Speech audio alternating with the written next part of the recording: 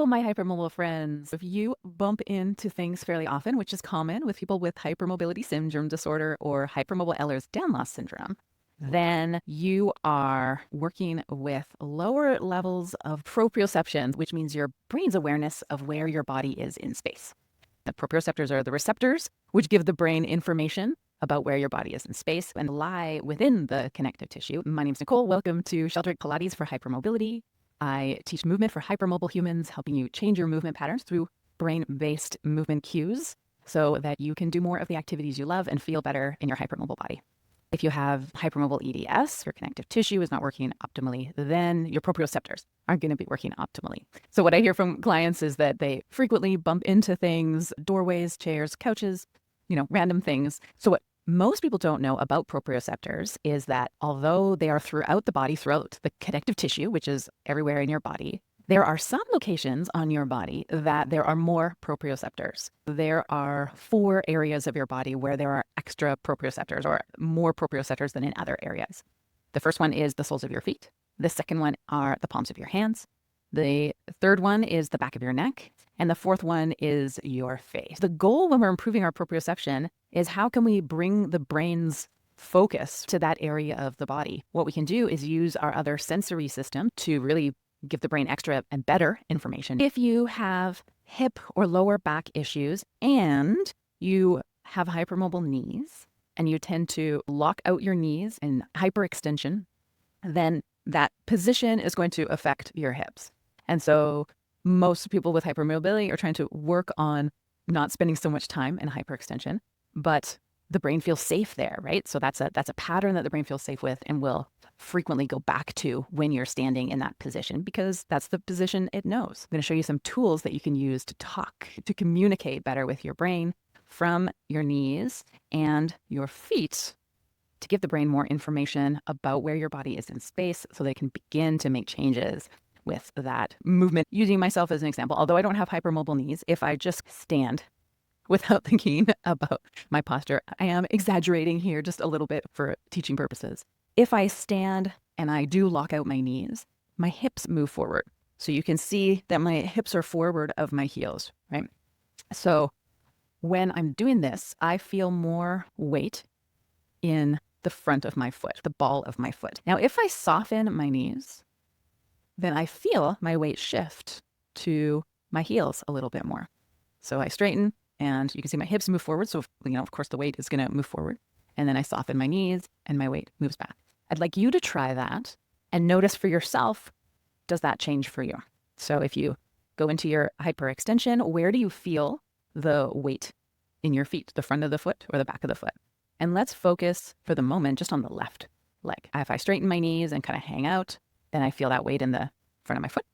And if I soften my knees, I feel it in the heel. All right, so let's use that with a towel and use our proprioceptors on the bottom of the feet to give our brain a little more awareness of where our body is in space. So you're gonna grab a towel and place it on the floor. What we wanna do is distinguish between the front and the back of the foot.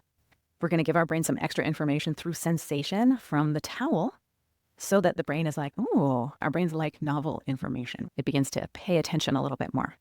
So go back into that stance. We're just focusing on the left. You're going to go into your hyperextended knee stance or your hips forward stance, just how you would stand without thinking about it. And then soften the knees a little bit. You're going to straighten and then soften. And again, as you soften the knees, notice what changes in the weight across your foot. So for most people, the weight will shift a little bit back into the heels. And you're going to focus on that, right? We need to focus. We need to take a moment to focus the brain, focus our attention on that change. Because if the brain doesn't know there's a difference or recognize that there's a difference, then it can't make a change there. So now we're going to challenge the brain a little bit. We're going to go into that stance, okay? And then we're going to soften the knees. And then we're going to try and keep the knee soft, maintain that pressure. Pressure is information for the proprioceptors. So maintain that extra bit of pressure in your heel as you lift the right heel a little bit off the mat and then lower down. So you're going to lift the other heel off the floor and lower down. Now what's happening here is that we're trying to maintain that softness in the knee on the left, and we are giving our brain that extra information that this is safe right? It can feel there's a difference there. And then we'll just do 3 or 4 reps and then relax and shake it out. If, however, you couldn't really feel a difference when you were shifting forward and back, maybe you don't have a ton of sensation usually on the bottom of your feet, then we can wake up the proprioceptors a little bit more.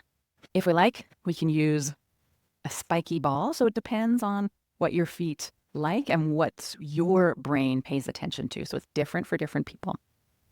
For my feet, I like a spiky ball. And what I'm going to do is to run the ball across the bottom of my foot, waking up as many of those little proprioceptors as I can. And now the brain's like, oh, there's sensation happening. There's pressure happening down there. Definitely bringing awareness and focus to that area, and also just moving the tissues around a little bit. So that is going to bring the brain's awareness there as well. Now, if a spiky ball is not great, then there's other foot rollers that are a little bit softer and can more gently wake up the foot. And there's various balls and other tools that you can use for that. Now, you're going to try again. So you're like, okay, I've woken up the proprioceptors on the bottom of my feet. I'm going to do the exercise again and see if I notice any difference. Now for me, actually that made a huge difference, because when I did it the first time, I could do it, but it felt really hard in my hip, right? I really, really had to focus. Now I'm like, okay, my hip is connecting. I have more hip stability. It doesn't feel as grippy muscular wise because I've got more sensation in my feet. The more clear information that we can give our brain about where our limbs are in space, the better our proprioception is going to be. So often people just need those extra signals to the brain to improve proprioception. If you're interested in doing more of this, I do have the Happy Hypermobile Hips program. This is exactly where we start. This is one of the exercises from there, and we build on that. How can we improve our proprioception to improve our movement in daily life? Let me know how this exercise goes, how you're working with your proprioception, and I will see you in the next video.